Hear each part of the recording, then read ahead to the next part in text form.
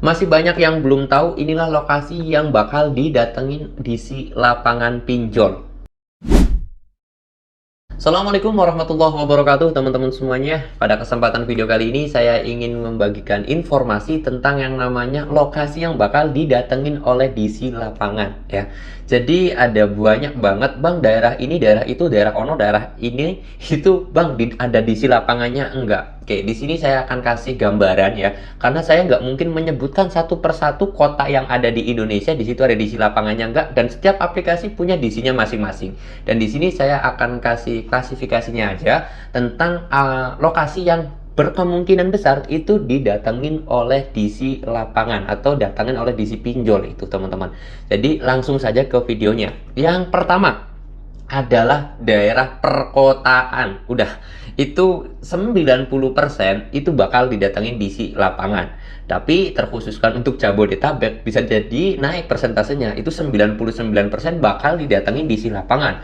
Kalau seperti kota-kota kecil dan juga aplikasi pinjolnya itu masih kecil, berkemungkinan juga tidak didatengin lapangan. Kayak mungkin contohnya di Indramayu, kayak kabupaten saya ini kan perkampungannya, itu bisa tidak didatengin DC juga, bisa. Seperti itu. Nah, terus kemudian yang kedua, bukan hanya dari segi faktor perkotaan saja, perkampungan pun bisa berkemungkinan besar itu didatengin oleh DC lapangan. Itu biasanya DC-nya itu dari luar daerah, itu datang ke lokasi tersebut, ke perkampungan tersebut karena hutangnya besar. Nah, ini jarang banget nih yang nyebutin. Semuanya bilang di perkotaan aja, tapi di perkampungan nggak bakal. Kalau di pelosok nggak bakal. Kata siapa? Itu bisa didatengin DC lapangan kalau sangkutan kita ataupun tunggakan kita itu besar. Kayak contoh misalkan kalian itu punya hutang di dua aplikasi yang kerjasama, kayak misalkan kayak apa, Krediva sama Kredit Pintar. Itu kan ada aplikasi yang masih kerjasama ya, satu PT tapi dia punya dua aplikasi misalkan kayak gitu. Itu ternyata kalian itu ditunggakan di aplikasi A sama di aplikasi B nya itu totalnya bisa nyampe 5 juta. Apakah itu, dan kalian posisinya di perkampungan ya, dan itu pikirnya kalian, saya nggak didatengin tuh DC, ternyata nggak taunya DC tersebut nyampe ke rumah kalian, walaupun pengalaman kalian sebelumnya belum pernah didatengin DC, tapi ketika utangnya besar atau tunggakannya itu besar, kalian itu didatengin DC. Nah, kok bisa bang? Bisa karena biasanya DC tersebut itu dari pindahan lokasi sekitarnya. Kayak misalkan contoh ya, saya katakan contohnya kayak di Kabupaten Indramayu, kelahiran saya, itu Kabupaten Indramayu memang tidak ada DC aplikasi tersebut, tetapi DC-nya itu didatangkan dari kotanya, yaitu dari kota Cirebon datang ke rumah saya. Ataupun ada juga 2 kali datanginya itu dari Bandungnya. Ternyata dari Bandung ke Indramayu hanya untuk menagih hutang karena sangkutannya pada saat itu masih lumayan besar, sekitar 2 juta lebih.